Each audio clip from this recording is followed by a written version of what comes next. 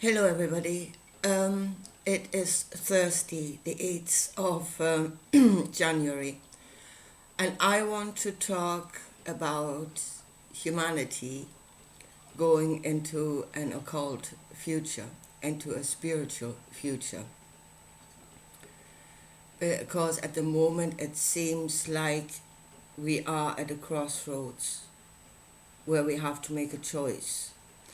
The choice is actually not that clear. I want to show you that later on, but it seems at the moment like we have this choice of technocracy, a future that is built on physical knowledge, or to go into a future that is built on spiritual knowledge.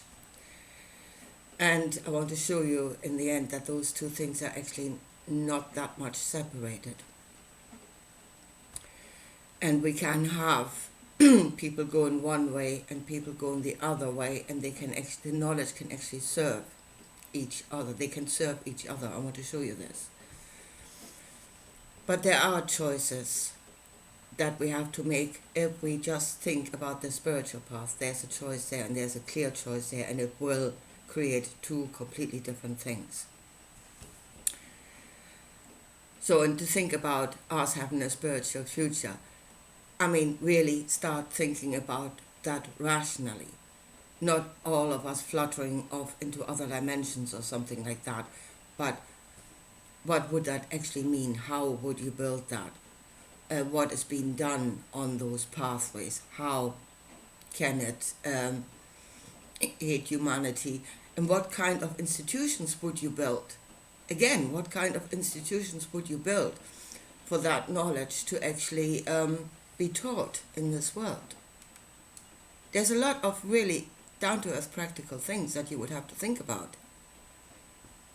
As I say, let's come down to earth and see what we could actually do with this. Instead of fluttering around in other dimensions and, oh, we are all. Yeah, okay.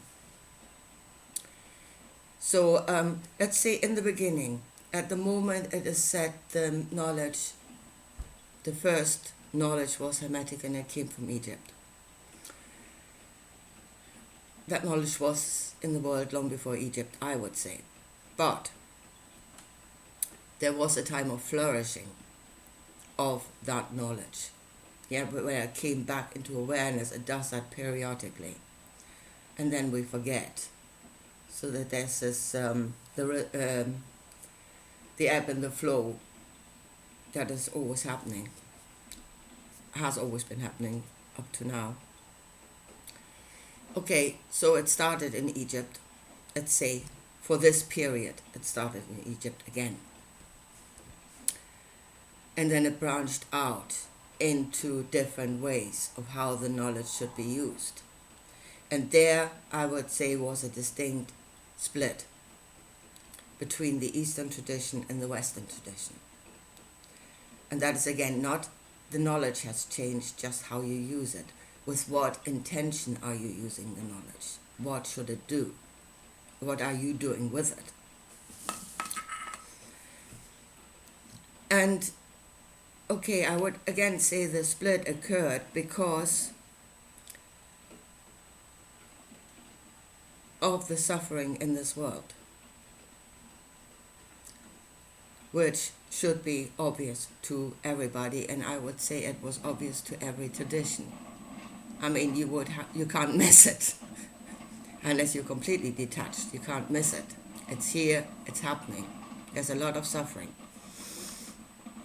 And then the solution of the Eastern tradition and of the Buddha, once becoming aware of the suffering, was to get off the wheel of life, to get out of reincarnation, not to return here. Just don't come here.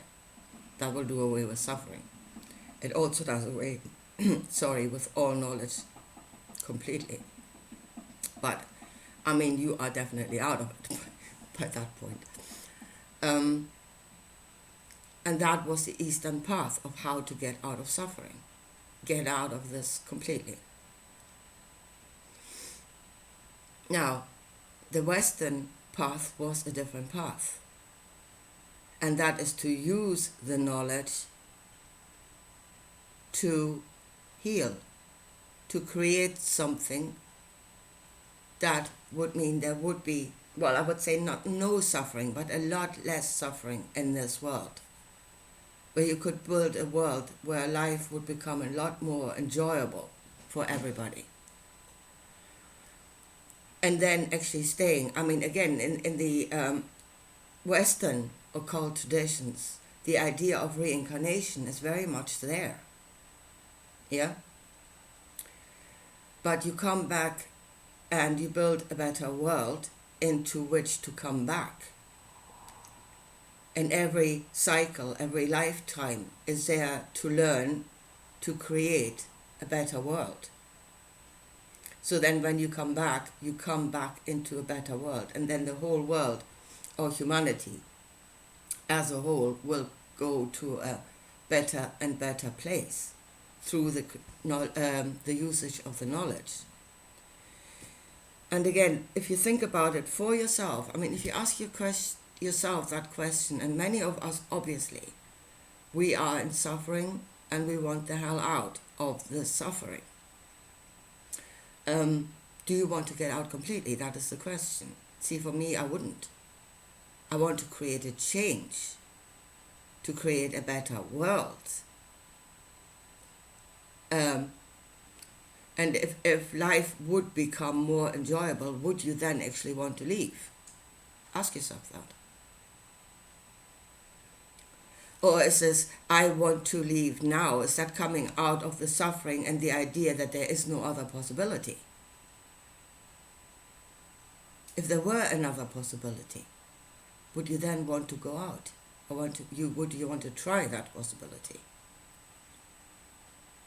So there is the split, and there was a big split in the spiritual thinking, itself. So again, which path do you want to go, east or west? So if we go the Western way, and that is that the spiritual actually works something in this world, influencing the material. Yeah? To, again, not to rule over, not, again, to create another pyramid where they have even higher level of knowledge with which to rule over everything else, but really in a way that is good for all. Let's go there. Now, the history of the esoteric knowledge is obviously completely shrouded because it was suppressed by the church, brutally suppressed by the church, and those that had it went into hiding. It is not a good situation. I don't blame them completely. Yeah, but somehow that knowledge needs to come out again. And maybe for that knowledge to come out again, we need to create a safe space for that knowledge to come out again. It's another thought. But I say, let's go back. They did create things in this world, like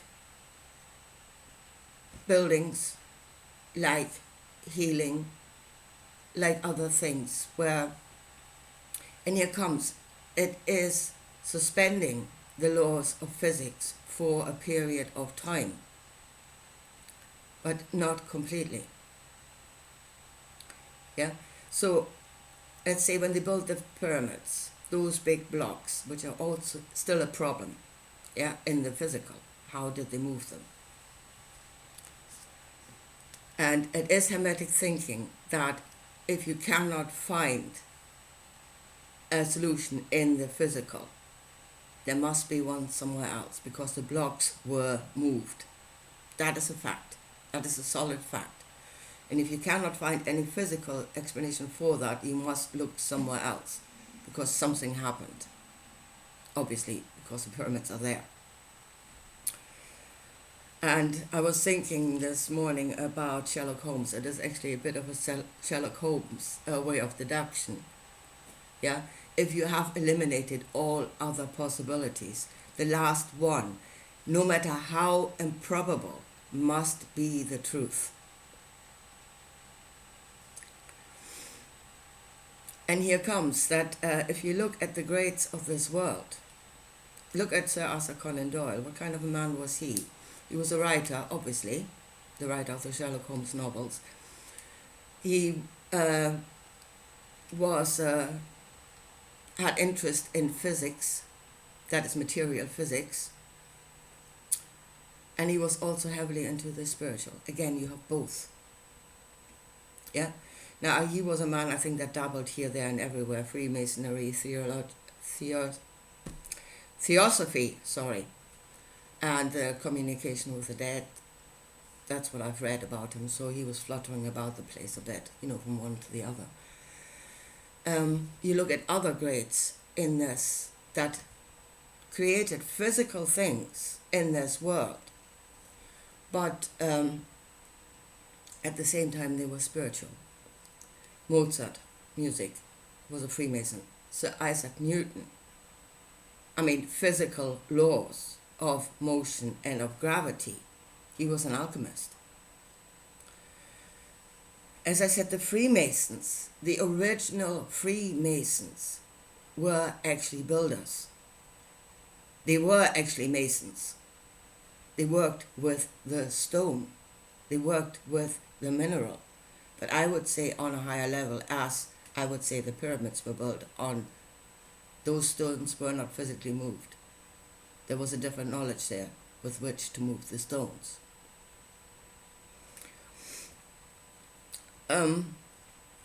But so again, it is not getting out of this world, but working the knowledge in this world. There is a big difference. And again, there are two different pathways. And for anybody who's interested in those sort of things, you must see what it is you're actually looking at for you to make a choice.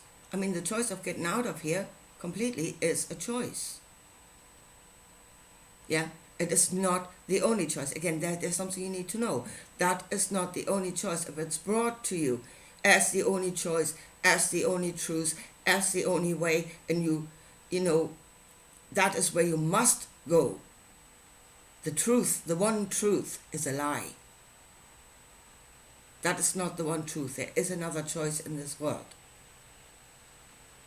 Again, that's not the only choice either, obviously, but choices, making decisions, where you want to go, where humanity wants to go as a whole. So, in the Western traditions, for most part, it was both. Those were men that had knowledge of the physical and knowledge of the spiritual, and they combined them to work something in the physical. Like Jesus, the miracles of Jesus. Again, not miracles. Miracle is that which you do not know. Miracle is a cause not recognized. It's not a miracle. It's worked on a different level. But there's still something there that is working it. And again, that something, like the spiritual, is still in the created. You have not gotten out of it. So Jesus worked something on a higher level to create something in the physical. Whatever he did had an effect in the physical. So it is not one or the other. It is creating something in the physical from a higher level, not from the physical itself. You don't move the stone in the physical way, but through energies that are above the physical. Now, so again, where's humanity going? What choice are we making? How are we going to work this? Let's say we go, because I really want to talk about the Western way rather than the Eastern way, because that would be my choice. And then again, how do we do this? Become practical about it. How would we do this? First of all, I think a thing we need to understand is that whilst they worked things on a higher level to create something in the physical, they did so with reverence for that which already exists. And that is, I think, one of the most important things. Yeah? You do not willy-nilly do anything you like, because there is a physical reality in existence.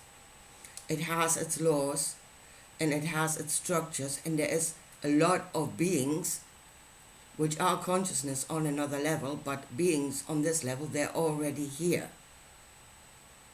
And what you would do would affect everything else. Yeah? Again, it is not a case I can do whatever and to hell with everybody else, but to work within what is already here. I think that is one of the most important things that we need to consider if we go on that path. For instance, again, when Jesus healed the guy that could not walk, yeah? And I said before, if there was somebody who has not worked its legs in 38 years, I think the Bible says, there would have been no muscle tissue in those legs. So Jesus created a change on a different level.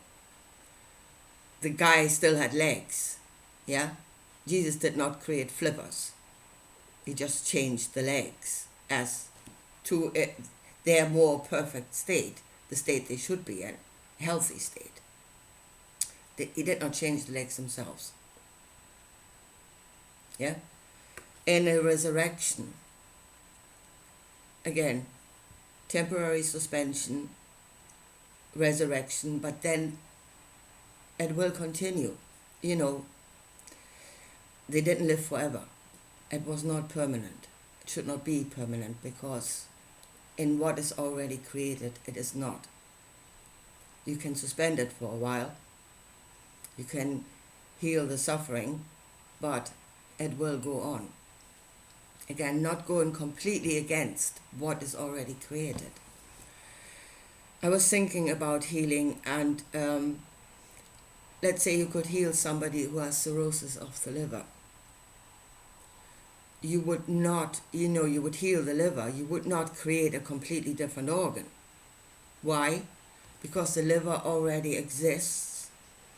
It has already got a function in the body, and it is good. It is good. Look at it and know that it is good. And it is already working in unison with all the other parts of the body. So look at it, know that it is good, and then just heal it, bring it back to the state it was there before, when it was healthy.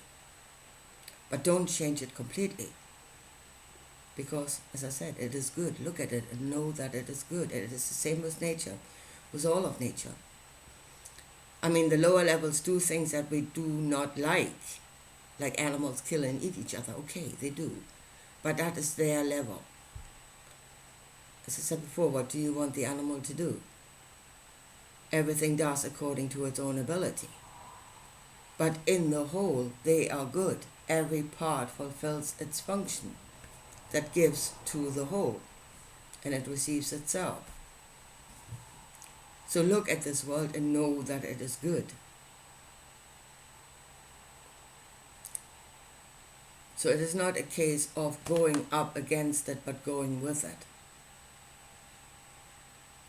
And use that knowledge to create a better world for us, yes, but without being destructive to everything else again.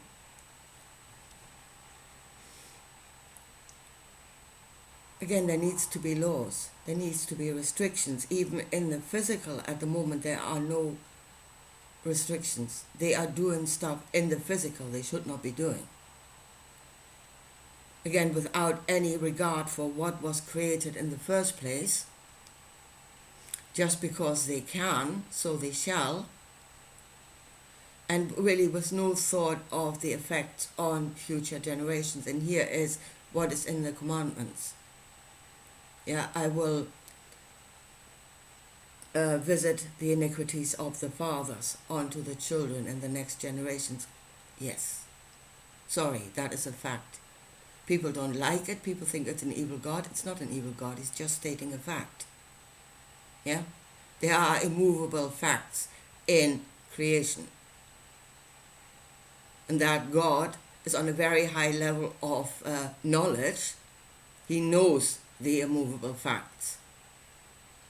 Just because you don't want to hear them doesn't mean they don't exist. Again, that is something we need to keep in mind. We are already going wrong in the physical. I said it so many times.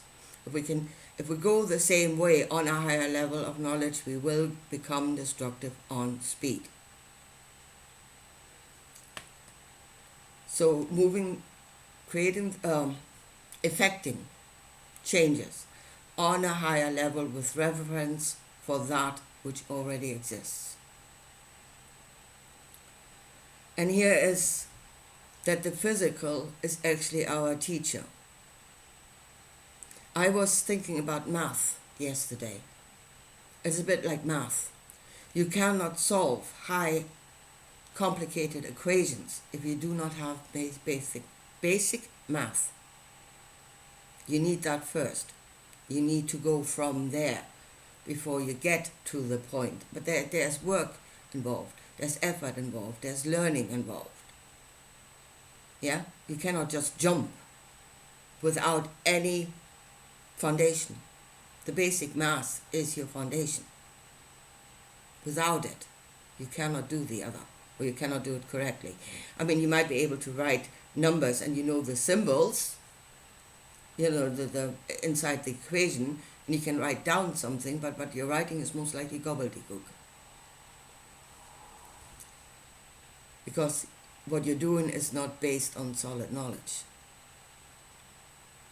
So the physical is our solid knowledge from which we should go, and always with reference to the first knowledge. And then again, becoming practical again. What then? Again, there were mystery schools in the ancient times, universities, where this knowledge is being taught. And again, there again are choices. Because, it's the occult, it's like one thing. It's not. It splits itself in into many different disciplines. As below, so above. You go to universities, you make a choice of what subject you study. It's no different in the occult. There are different things you can do with that and different things you can study. And then again, that's the last thing again, bringing it together again, because the knowledge of the physical, those that study the physical need to advise those that study the occult, the spiritual. Those two things cannot exist separate from one another. One is the foundation, the other is the going further. But the foundational knowledge needs to be there for us, as I said before, to work this with reverence of that which already exists. For that which already exists.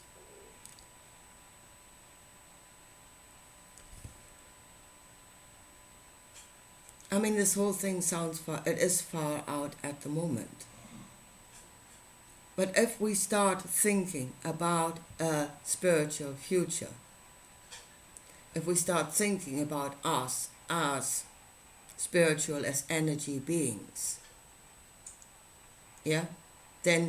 and we think about that as a possibility for humanity, then we really need to become real about it. Yeah? Get out of fantasy land and become real about it. All the choices on the way, seeing them clearly, and what choice are you making? What discipline would you go into? What kind of structures would be built in this world to teach these things? Who would regulate it? And again, how would the physical disciplines interact with the spiritual disciplines because they absolutely must. Now, we are building a new world, then we need to think about the practicalities. And as long as we don't do that, we are in fantasy land. And it will not become a reality unless we're real about it. Anyway, yeah, I hope this made sense, as always, and I talk to you again soon. Bye.